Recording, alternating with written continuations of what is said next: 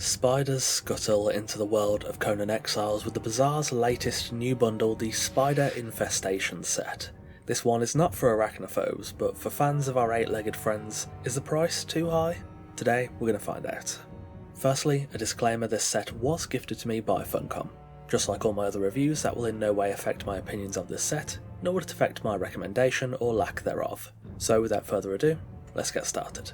The Spider Infestation bundle comes in at 1,897 Crom Coins, which is equal to about $15 AC, so we'll call it $16 for argument's sake. The bundle contains 7 items and they are as follows: the Arachnid Companion Pet in regular and supreme versions, a spider egg placeable, webs that hang from the ceiling, webs that stick to the wall, a web encased corpse placeable, an emblem foreground icon of a spider, and an emblem background of a web. So, let's begin with the spider pet. The Arachnid Companion comes in 2 varieties, regular and supreme. To get these pets you have to first craft sorceress pet food in the alchemy bench, costing 1 gruel, 1 yellow lotus blossom and 2 aloe leaves. You will then craft the pet in your inventory. For the regular Arachnid you use 1 pet food and the white spider, and for the supreme you use 1 pet food and the black and red spider. At level 0, the regular Arachnid has 75 armor and 359 health, and the Supreme has 152 armor with 1707 health. Aesthetically, both spiders share the same look, though the Supreme is noticeably larger. The colour palette of warm hues across the legs and head is quite nice, with the tones getting darker on the tips of the legs, fangs and on the abdomen, with the latter bearing a nice contrasting pattern of yellow and red diamonds. Truth be told, I don't really use pets, so I don't feel I have enough experience to properly compare them on a case-by-case basis to other pets, but purely on the aesthetic front, these spiders are nicely designed and quite unique compared to the other spider designs in the game. Overall, pretty good. Next are the spider eggs. This placeable is crafted in the decorative sub-menu underneath the decorations menu in the construction hammer, and it costs 30 silk. It's a floor-based placeable, and like many others, this is actually multiple decorations in one. If you stand there with the building hologram out, it will cycle between variants about 1 every second. There are 3 variants: a large pile, a smaller narrow one, and a compact cluster of eggs. Each one is designed similarly, a bunch of eggs wrapped up in spider silk. The silk is a little low on visual detail, but it is animated to sort of sway with the wind, which gives it a bit more life to the placeable. Overall, quite a simple one, but these eggs fit the bundle well and they are very nice. Next, the ceiling webs, crafted in the decorative sub-menu of the decorations menu in the construction hammer and costing 15 silk. Much like the eggs, these webs have 3 varieties that cycle through the building preview. The first is a rounder web with some smaller hanging parts, the second is a larger patch of mostly hanging webs, and the third is a more traditional, though smaller, spiderweb. Aesthetically, the webs are quite nice, though they do tend to look a little artificial on most ceilings.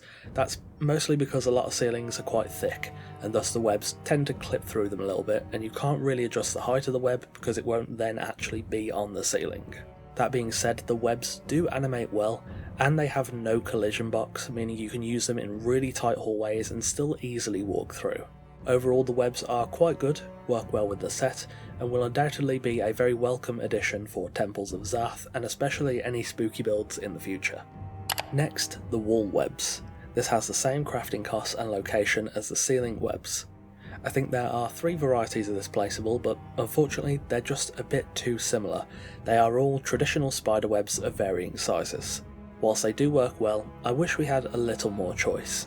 Having hanging and rounded webs for the walls as opposed to just a regular traditional web would have been a much more flexible option. Aside from that though, there's not really too much else to say about these webs. Overall, yeah, they're not too bad, but these webs do feel like a bit of a missed opportunity. They are quite limited with the traditional spiderweb design, and personally that's not to my tastes. I would have preferred draping or hanging webs instead. Next, the web encased corpse, crafted in the decorative submenu of the decorations menu of the construction hammer, costing 15 silk and 1 human flesh. As the name may suggest, this is a simple corpse that has been completely covered in webs and suspended from the ceiling by said webs. Unfortunately the corpse isn't animated. I feel like a slight sway would have really sold the effect, but that being said, It's a pretty large placeable and it does have a collision box, so I could see animating it in that fashion being something of an issue. The web design looks a lot thicker here and really sells the effect of being properly cocooned in, and the webs themselves have a fair bit of depth. Overall, I think the placeable is quite nice, it suits the set well, and it is fairly nicely designed.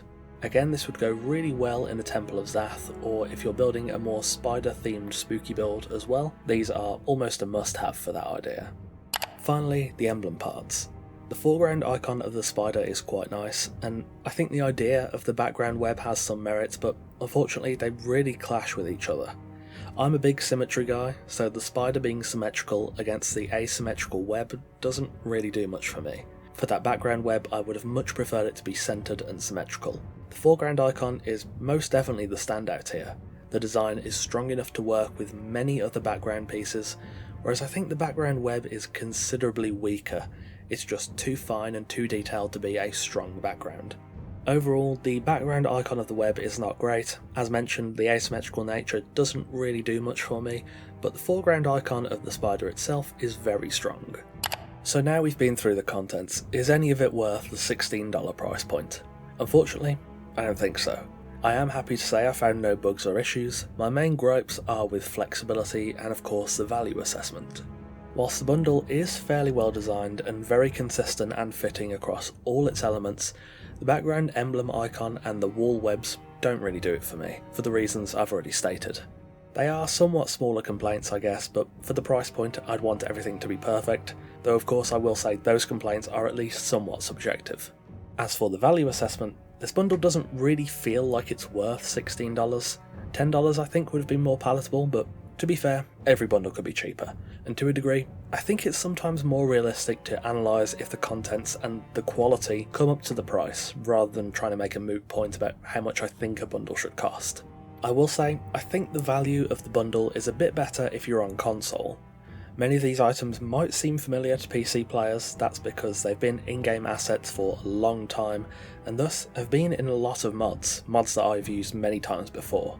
Console has nothing like this, so I can see those players being more open to the bundle, but I don't really think it's enough for PC players to purchase when there are mods available. I generally don't bring up mods in these reviews because, well, probably less than a third of the player base can actually use them, and more importantly I like to assess these on their own merits, but I think it's quite pertinent to the case here, so I thought it'd be worth mentioning.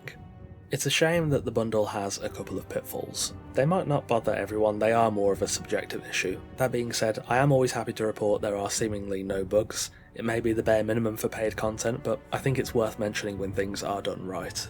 Overall, though I think the bundle itself is mostly good, the value of the contents unfortunately don't quite match the price. If you really love it and you think you'd use it all the time, it may be more than worth the price for you. But unfortunately, for my tastes and in my assessment, I don't think I can give it my recommendation.